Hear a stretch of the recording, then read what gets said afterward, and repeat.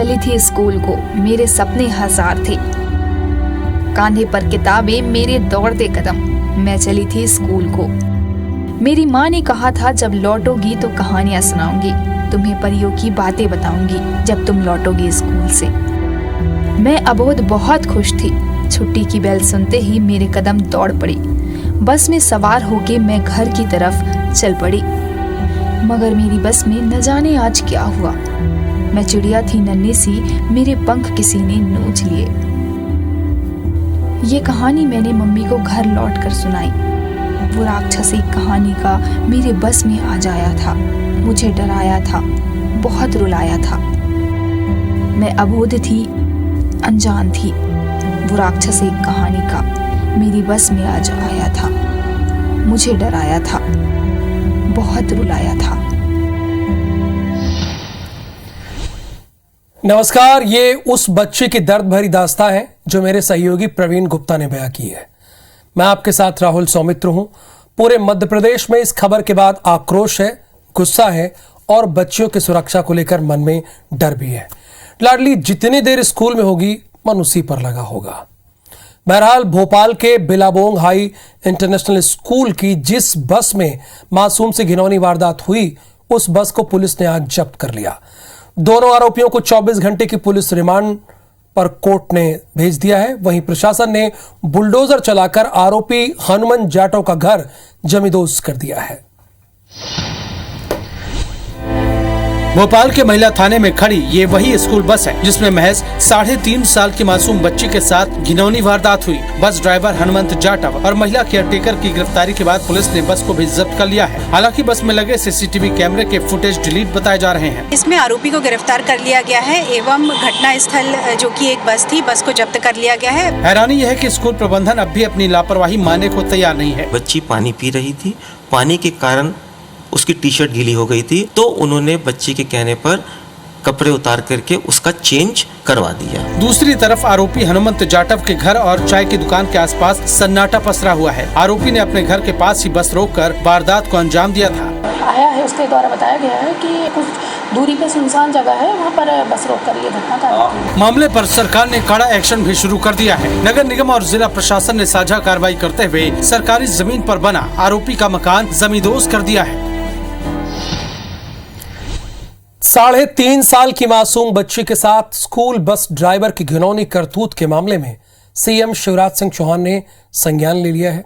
उन्होंने ट्वीट करके दोषी को कठोर से कठोर सजा दिलाने की कार्रवाई जल्द सुनिश्चित करने की बात कही है। वहीं कांग्रेस मामले को विधानसभा में भी उठाने की बात कह रही है।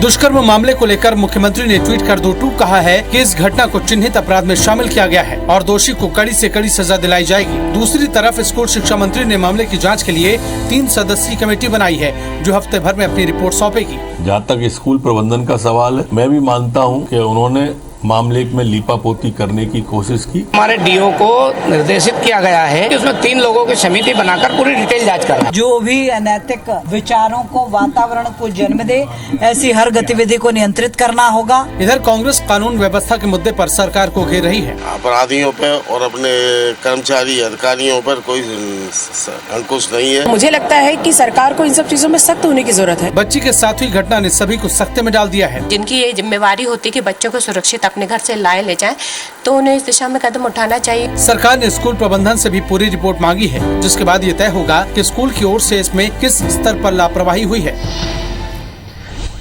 एमपी विधानसभा के मॉनसून सत्र की शुरुआत आज से हो गई है। हंगामेदार शुरुआत हुई है। सदन शुरू होने से पहले कांग्रेस ने विधानसभा परिसर के सामने लहसुन फेंका, तो बीजेपी ने कमलनाथ की गैर मौजूदगी का मुद्दा उठाया। कुल मिलाकर जैसे सबको उम्मीद थी, मानसून सत्र का पहला दिन वैसे ही था। एमपी विधानसभा के मानसून सत्र की शुरुआत आज से हो गई है। सदन की कार्रवाई शुरू होने से पहले विधानसभा के बाहर कांग्रेस ने लहसुन फेंककर किसानों के मुद्दे को उठाया और राज्य सरकार से किसानों का लहसुन खरीदने की मांग की। इधर विधानसभा अध्यक्ष गिरीश गौतम ने विधानसभा की अवधि न बढ़ाकर दिन में चलने वाले सत्र के घंटों में इजाफा किया है। विधानसभा में सभी विधायकों को अपनी बात रखने का मौका मिले, इसीलिए लंच ब्रेक नहीं होगा। विधानसभा की कार्रवाई शाम 7:30 बजे तक चलेगी। आज मंत्री गोविंद सिंह राजपूत ने कमलनाथ की गैर मौजूदगी पर सवाल उठाया, तो कांग्रेस विधायक तरुण भनोत ने पलटवार किया। जब कमलनाथ जी नेता प्रतिपक्ष थे तब भी वो सदन में नहीं रहते थे कि सदन में आने की फुर्सत न उन्हें कल थी न आज है। माननीय कमलनाथ जी एक विधायक के साथ साथ पूर्व मुख्यमंत्री होने के साथ साथ मध्य प्रदेश कांग्रेस कमेटी के अध्यक्ष भी है, तो वो अपने उस दायित्व को भी निभा रहे हैं। विधानसभा में देश की नवनिर्वाचित राष्ट्रपति द्रौपदी मुर्मू और सदन में नेता प्रतिपक्ष गोविंद सिंह को बधाई दी गई। आज कुछ देर तक चली विधानसभा की कार्रवाई कल तक के लिए स्थगित कर दी गई है। एमपी पिछड़ा वर्ग कल्याण आयोग ने नौकरियों में 27% लाभ दिलाने के लिए सर्वे करने की योजना बनाई। इसी सर्वे को आधार बनाकर ओबीसी वर्ग को सरकारी नौकरी में आरक्षण दिलाने की तैयारी है। नौकरियों में 27% आरक्षण का लाभ ओबीसी को दिलाने के लिए एमपी पिछड़ा वर्ग कल्याण आयोग ने सर्वे करने की योजना बनाई है। पिछड़ा वर्ग कल्याण आयोग अक्टूबर से प्रदेश में सर्वे शुरू करेगा। इसी सर्वे रिपोर्ट को आधार बनाकर ओबीसी वर्ग को सरकारी नौकरियों में आरक्षण की मांग की जाएगी। सर्वे में 100 बिंदुओं की एक प्रश्नावली होगी, जिसके जवाब ओबीसी वर्ग के लोगों से लिए जाएंगे। सर्वे में ओबीसी वर्ग की आर्थिक स्थिति, शैक्षणिक स्थिति और सामाजिक स्तर जैसे बिंदु शामिल होंगे। इस रिसर्च सर्वे में डॉक्टर भीमराव अम्बेडकर यूनिवर्सिटी महू भी सहयोग करेगा। ग्रामीण क्षेत्र में अलग अलग एरिया में भेजना, फिर उनसे पूछना, फिर वो किसी अनुसंधान विभाग में देना, ये प्रक्रिया आसान नहीं है, थोड़ी सी कठिन है। देखिए, मुझे लगता है क्या सिर्फ सर्वे करेंगे, पहले रोजगार की व्यवस्था तो करें। सरकार की नीति क्या है, पहले नियुक्तियों की तरफ सोचे तो सही। आपको बता दें कि एमपी पिछड़ा वर्ग कल्याण आयोग की पहली सर्वे रिपोर्ट के आधार पर ही सुप्रीम कोर्ट ने पंचायत और निकाय चुनाव में ओबीसी आरक्षण के साथ कराने का आदेश दिया था। इधर सरकारी नौकरियों में ओबीसी को 27% आरक्षण के मामले में सरकार हाईकोर्ट में लगातार अपना पक्ष रख रही है। कटनी में भारतीय जनता पार्टी के नेता चमनलाल आनंद की लकड़ी मिल में वन विभाग ने दबिश दी।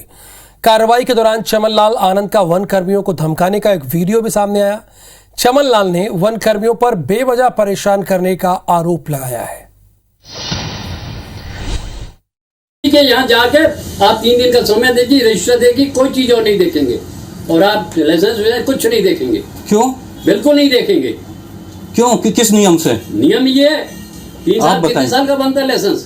3 साल का बना। 1 साल एक बार देख लिया, रोज ही देखेंगे। चोर है क्या? वन कर्मियों पर गर्म हो रहे यह कटनी बीजेपी के पूर्व जिलाध्यक्ष चमनलाल आनंद, जिन्हें अपनी सॉमिल पर वन कर्मियों का दबिश देना इतना नागवार गुजरा कि वो गुस्से से लाल हो गए और वन कर्मियों को धमकाने पर उतारू हो गए। बात करो, IPO साहब से बात करो कि हम लाइसेंस नहीं दिखाएंगे।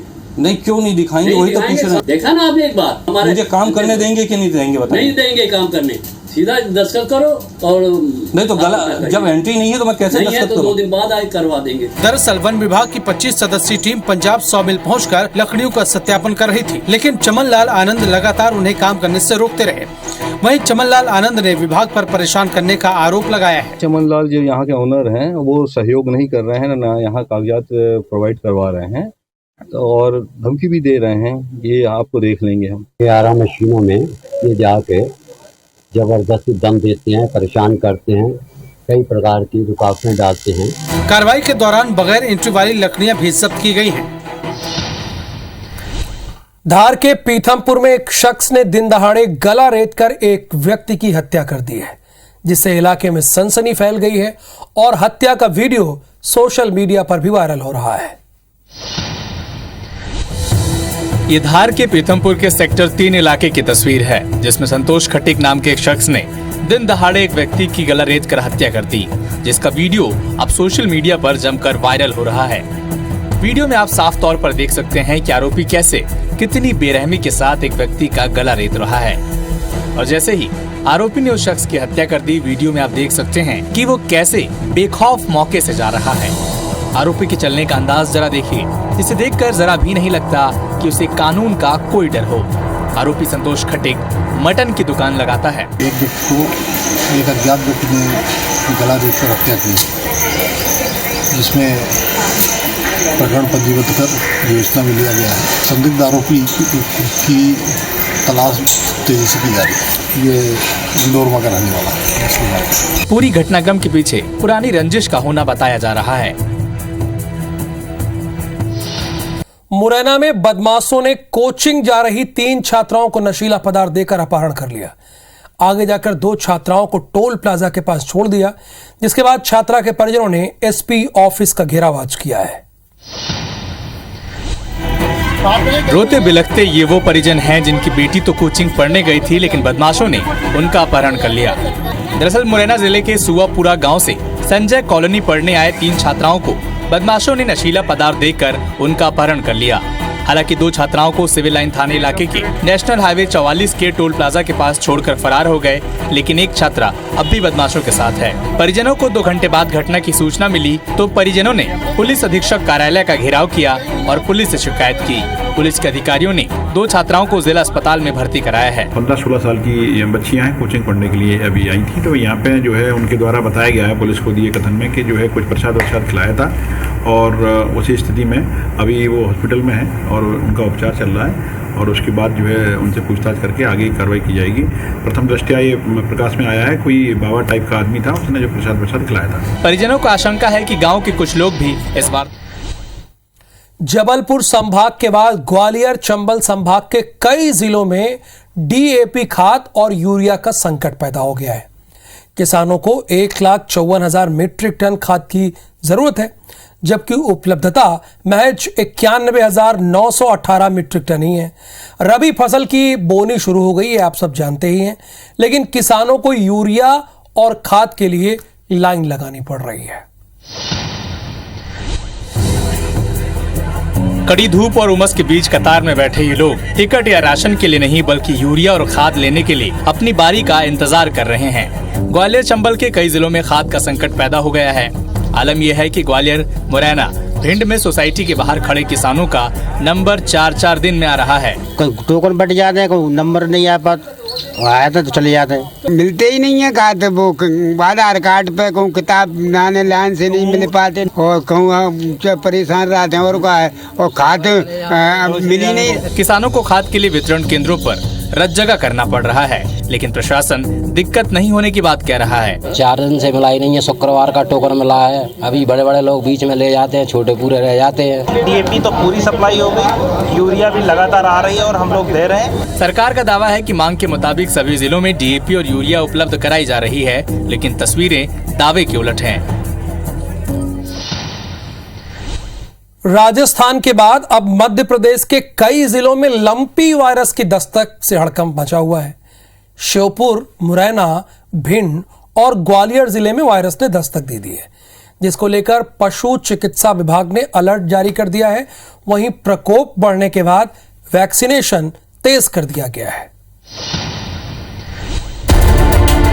लंपी वायरस का सबसे ज्यादा असर श्योपुर, मुरैना, भिंड और ग्वालियर जिले में दिख रहा है। श्योपुर के 8 गांवों में 12 गाय, मुरैना के 6 गांवों में 9 गाय, भिंड जिले के गांव की 4 और ग्वालियर में 1 गांव में लंपी वायरस की पुष्टि हुई है। एहतियातन सभी जिलों में धारा 144 के तहत पशु हाट बाजार और पशु मेले पर रोक लगा दी गई है। पशु चिकित्सा विभाग भी गाँव-गाँव में लंपी वायरस को लेकर मुनादी करा रहा है। वहीं 25,000 से ज्यादा वैक्सीन की डिमांड भोपाल भेजी गयी। जो 6 माह से बड़ी उम्र होगी जिनकी, ऐसे पशुओं को लगाना है तो उसके हिसाब से उन्होंने डिमांड की है इसमें वैक्सीन की, और आवश्यकता होगी समय अनुसार तो और ज़्यादा भी उसको डिमांड की जाएगी, और इसको क्रय करके वैक्सीनेशन करना और ट्रीटमेंट करना, और 8 से 10 दिन में इसमें रिकवरी हो जाती है। लंपी वायरस का प्रकोप बढ़ने के बाद वैक्सीनेशन तेज कर दिया गया है। प्रदेश में अब तक 1 लाख से ज्यादा गोवंश का टीकाकरण किया गया है। 10 जिलों में 2171 पशु इस बीमारी से प्रभावित हो चुके हैं। मध्य प्रदेश में एक बार फिर बस हादसे का शिकार हो गई। बस सीधे पुल से नदी में जा गिरी। एक रिपोर्ट देखिए इसी पर। आज मध्य प्रदेश के खंडवा में बड़ा हादसा हो गया। स्टेट हाईवे 27 पर एक यात्री बस पुल से नदी में जा गिरी। इस भीषण हादसे में 2 लोगों की मौत हो गई है, जबकि 30 से ज्यादा लोग घायल हुए हैं। हादसा सनावद और धनगांव के बीच हुआ है। हादसे के वक्त बस में 40 से 50 पैसेंजर सवार थे।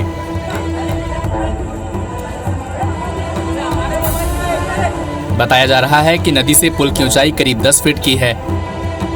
बस ड्राइवर ने सामने से आ रही गाड़ी को साइड देने के लिए रास्ता दिया। इसी दौरान यह हादसा हो गया। घटना के बाद 10 से अधिक एम्बुलेंस मौके पर भेजी गई।